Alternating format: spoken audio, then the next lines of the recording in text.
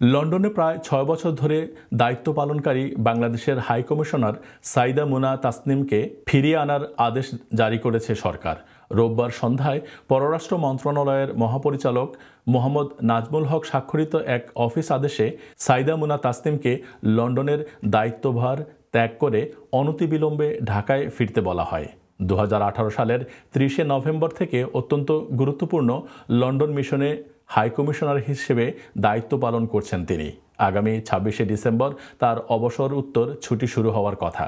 সাধারণত যে কোনো মিশনে দায়িত্বের মেয়াদ ৩ বছর হলেও পূর্বের সরকারের আস্থাভাজন হওয়ায় লন্ডনেই ৬ বছর থাকতে হয়েছে তাকে।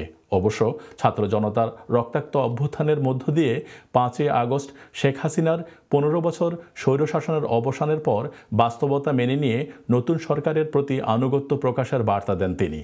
তবুও ব্রিটেনে বাংলাদেশি বংশোদ্ভূতরা হাইকমিশনার পরিবর্তনের জন্য পররাষ্ট্র উপদেষ্টা সহ অন্তর্বর্তীকালীন সরকারের বিভিন্ন পর্যায়ে চিঠিপত্র এবং স্মারকলিপি পাঠিয়ে চাপ তৈরি করছিলেন। স্থানীয় মিডিয়া ও নাগরিক সমাজের প্রতিনিধিরাও ওই দাবির পক্ষে জনমত তৈরি করছিলেন।